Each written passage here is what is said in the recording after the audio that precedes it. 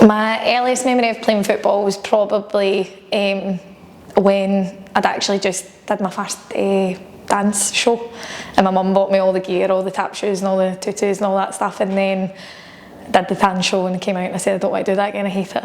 And fair play to my mum, she never made me go back. And I think it was the following Saturday, my dad took me round to the primary school and there was like a wee Saturday football club thing in there, and that was my first memory going. I think I had a wee Man U strip on or something and played there for the first time, and that was it. And I think I was about 5 or 6 when that happened.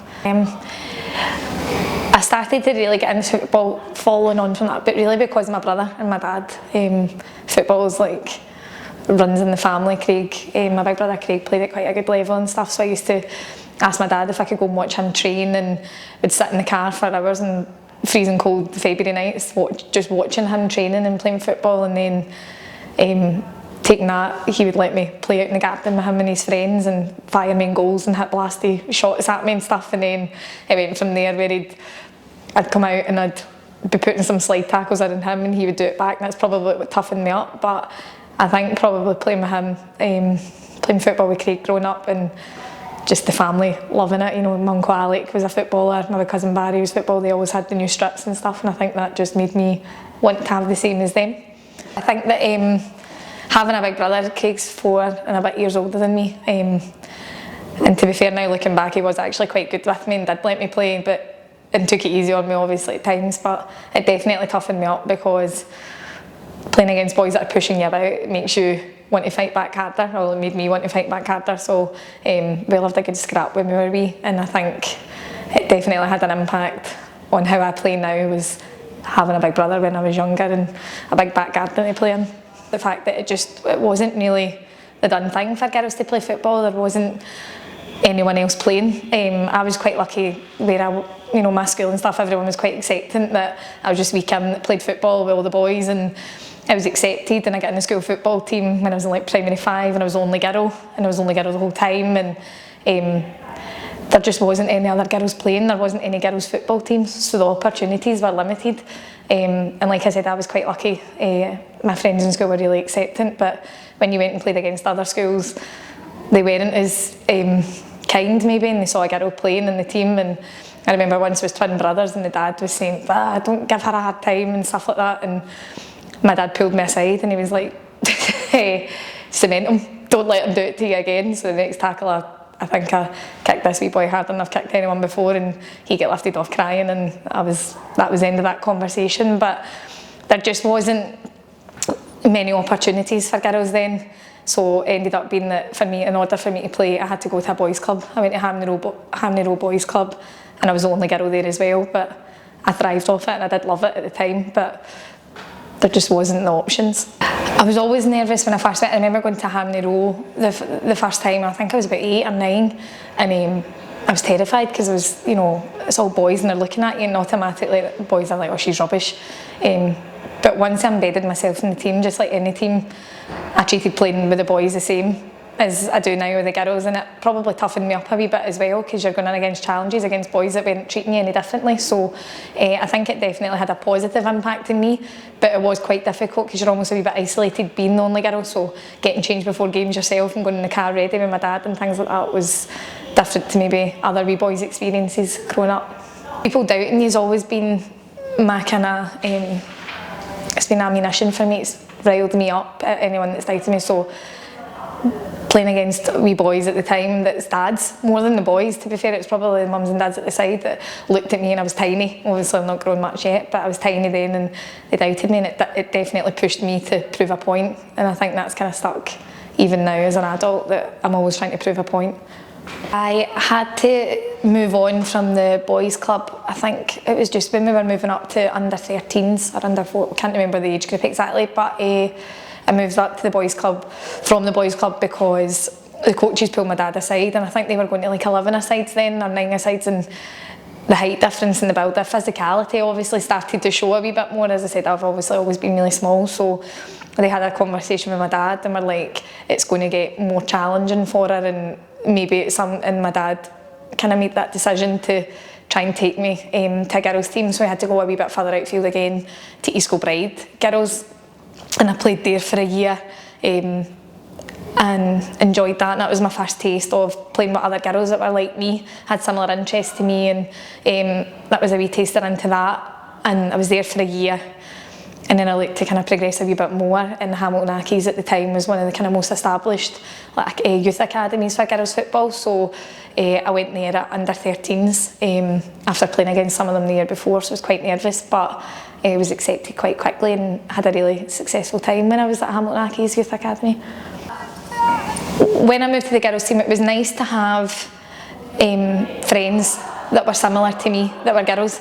I'd always been the kind of tomboy growing up, so I always had friends that were boys, and so I was quite comfortable playing football in the boys' teams and things like that. But it was my first experience at actually having and meeting other girls that were similar to me and you know, wanted to compete and had the same desire and things that I had, whereas didn't have that at school. They're obviously at the boys' team. I think there was one girl who came eventually, but yeah, it was definitely different, and you started to make these friendships, like really strong bonds that you hadn't maybe had before with the boys' team. I was at Hamilton Accies from under 13s to senior football, and I had an outstanding time there. Really successful, won league titles, won the Scottish Cup at under 17s, went seasons unbeaten and did really well.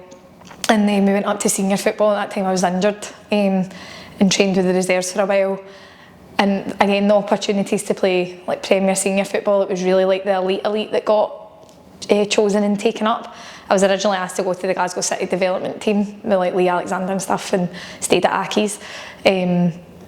And then I started studying obviously for uni and work, and the reserves suited me at the time, and I ended up just playing really for enjoyment. As much as it was still really competitive, the pressure and the standards maybe weren't what I was used to previously.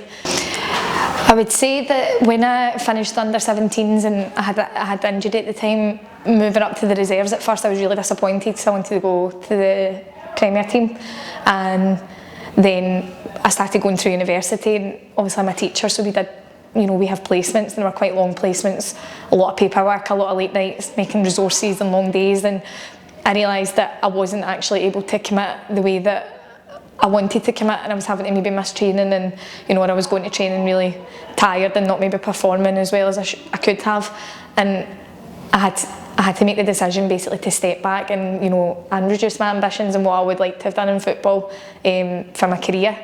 And in hindsight, obviously it was the right decision, because, you know, football at that time wasn't a kind of, having it as a job wasn't really a possibility. So it was difficult for me, because I liked, when I do something, I like to give my all, but it was the right decision at the time, and it became quite difficult to manage studying and football at the same time. But I stayed there for a while. We built up quite a strong squad, and eventually we moved to Mill United for a couple of seasons, and that was a great time. It was a tiny wee grass pitch, and there was literally 12 of us, but we were a great team. We played really well together and got promoted again there, and it was brilliant.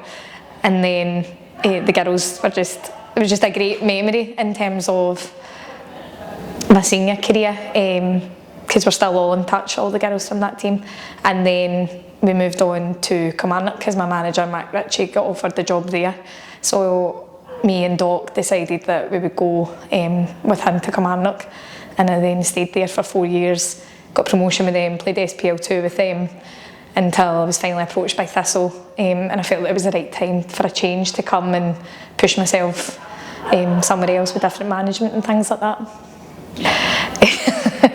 Doc actually came, and then she started stealing all the glory, didn't she? So she came Claire Doc came to Hamilton Accies, I think, our second season at under 15s, and we just became really good friends. That team was really close. That was the team that we kind of were we won every game. I don't think we'd been beaten one season, and we won the Scottish and the League and the League Cup and all that. So she was part of that team, and we just built this really good bond. And then after that, it was just, we were so comfortable playing with each other and got along so well that it was like a crutch almost.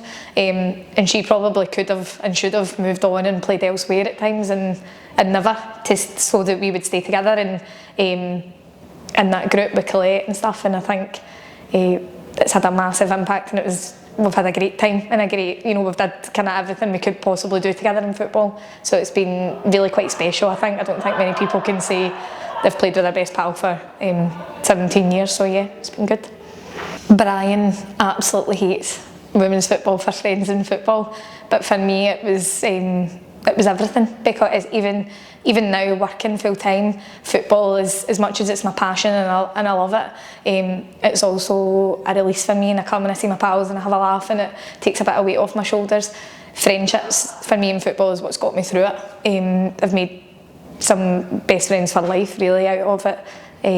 Cara, Colette, Doc, and other girls from other teams that I'm still really good friends with, and for me that's who you play for as well. As much as you're playing for the badge and the club, I've always played for my team because I'm always friends with the girls that I'm playing with, so it's had a massive impact on how I've played as a player. Yeah. One of the main challenges being a teacher for me this year and having and playing at this level is going in on a Monday morning and having to explain to the kids why we had the results we did at the weekend. My class this year are absolutely obsessed with football, so it's worked out quite well in my favour. But it's been difficult managing it. The job can be quite exhausting at times, and training and working at this level can be quite exhausting because you're playing against elite athletes, so you need to be at your best, and being one of the older girls in the team and having a full-time job, it has been difficult. Like right now I've got report cards sitting that need to be written, but we've had such a busy schedule that they've had to kind of take a back seat or be getting done when I'm getting home from games at 11 o'clock at night, so it's been difficult to manage both, but I think I've kind of did okay at it so far.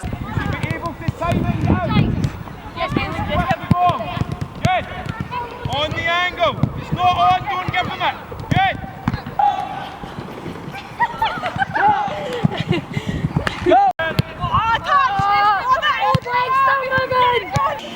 Good. The biggest changes in the women's game now is, there's loads. One of the most impressive for me is the quality of player that's kind of coming through now. I look at, like, you've got like Caitlin Hayes for Celtic, who I just think is an absolute machine, and Brogan Hay, who's given me an absolute torrid time every time I've played against her because she's so technically good and quick, and I think the level of players that are coming through now and playing are so much more developed than what they used to be. But looking at across women's football, there's just so many more opportunities beyond kind of elite football. There's recreational football, there's walking football, there's loads of girls' clubs, there's loads of opportunities for people that are just interested in it to play, whereas before you either had to be the kind of best to be involved in it when you were younger, whereas now any woman that's got an interest in football has the opportunity to play at any level, and I think that's just fantastic, as well as the progress that's been made in the players that are coming through the ranks. Best memories of Thistle, God, there's loads. I'd say my best memories of Thistle, one was last season, Friday night under the lights, playing against Hibs to get into the semi-finals. That was just such a great night. I just think the team played so well and everyone was so surprised by the performance, like the Hibs especially, and I think we put a marker down that night, and we're Thistle, we're here to compete and we're not just here to mess about. I think that was one of the most memorable nights.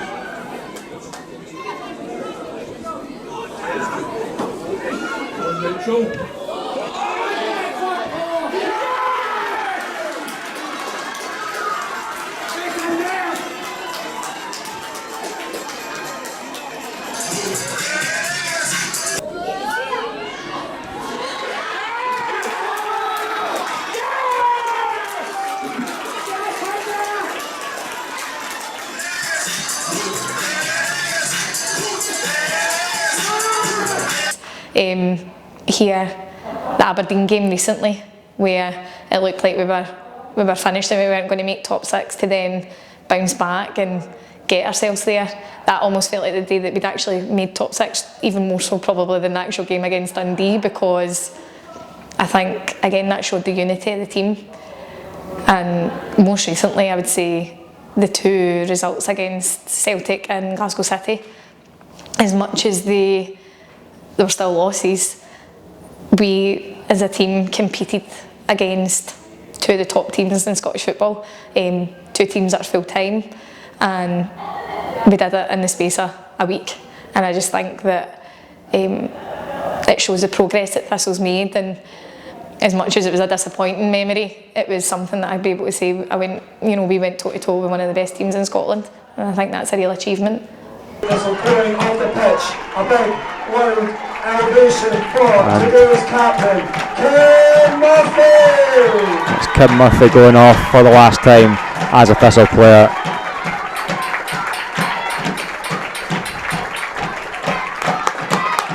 Two and a half years as a Jag, part of the promotion to SWPL 1 and our top 6 finish.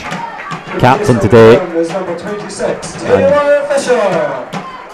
Now makes way for Taylor Fisher, to a good reception from the Thistle fans, our Thistle teammates and the coaching staff. No, it's been great. I've loved my time at Thistle. It's been fantastic. The girls are brilliant, the fans are brilliant, the club, the board, everyone that's been involved in my time at Thistle has just been outstanding, and I've had a really enjoyable experience here.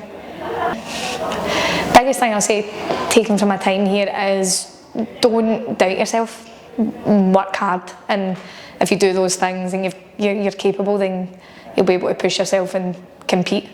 And I think that's what we've always been, the underdogs, and always proving a point this season is really what we've been all about, and I think that's what I'll take from here. Even if you're the underdog doesn't mean you can't work hard and compete.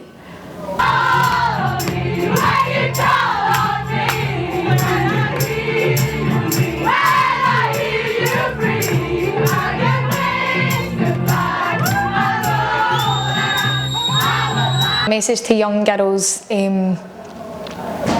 coming through, I don't know, what do I want to say to them? Don't do it, saying you need to retire. My message to young girls coming through playing football is work hard and enjoy it. Enjoying it is the most important thing. If you're happy and you're playing well and you're surrounding yourself by a team that make you feel good about yourself and support you, that's when you enjoy it most. That's what I've enjoyed most about here, is the girls that we've played with, and working hard and having belief in yourself that you can do it. If I'm able to play in this league, then I think any wee girl should be putting their boots on and getting out in the park and giving it a go, because I think anything's possible. The biggest thing I've learned from playing football was from a coach that I had years ago, Willie Brown, and he said to my dad after a game, choose one of the first names in the team sheet. And my dad was a bit taken aback because it was the team at the time that was, it was quite strong, and a lot of the girls were in the Scotland squad and things like that. And my dad was a bit taken aback, and he said because she brings something that the other girls don't. And some people could have taken that as a negative, I suppose, because you're looking thinking, well, he's saying I'm not as good as other players in the team, but I took it as a positive and a real compliment from him, and that kind of inspired me on, because even though maybe I'm not the most technical player or the fastest player, I can still have an impact in the game. So whether that's, like I said, for me personally, it's winning a tackle or winning a header against someone that's double the size of me, that's the impact that I can have in the game and the influence that I can have in the game. And I think just working hard and having a bit of self-belief and pushing yourself is really kind of the key things that I've learned, that I can do more than what I even expected to do. Like playing in SPL 1 and getting top 6, that's something I never expected to do in my career. So yeah, pushing on. If I could go back and make myself 10, 15 years younger, I would do it in a heartbeat to now give everything to football. I think the opportunities for girls now is incredible. I think it's only going to get better. and I really wish I was younger to be part of that, to see it going forward, because you see girls like Rosie and Hendo and Robbo, wee Fisher, they give they give their all to Abby. They give their all to football now. They're so determined and so progressive, and they've got that opportunity where this could be something for them, and I really hope it is, because it's a great time to be involved in football now. The opportunities are so much more vast than what they were when I was their age. My family have been extremely supportive, even from a young age. My Uncle Alec sponsored my boots and my top all the time, and even my team's full strips. He always loved the fact that I played football. Everyone comes to my games, big games, finals, my family are always there, but my mum and dad in particular have just been outstanding, giving up so much of their time to ferry me about here, there and everywhere, to play in different games against different teams.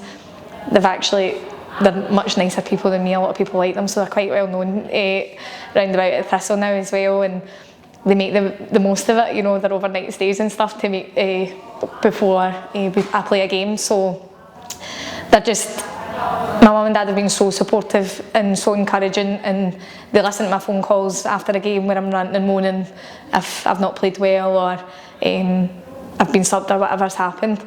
And my dad follows me around the touchline every single game and gives me criticism. He's my biggest fan but my biggest critic probably at the same time, and I've just been really lucky to have them there by my side through this journey as well, because it's been amazing, and so have they. I would not be playing at the level I'm playing at if it wasn't for Wilma and Jim. No, absolutely not. They've pushed me and supported me and taken me all over the place for so many years that I would not be playing at this where I am today if it wasn't for them.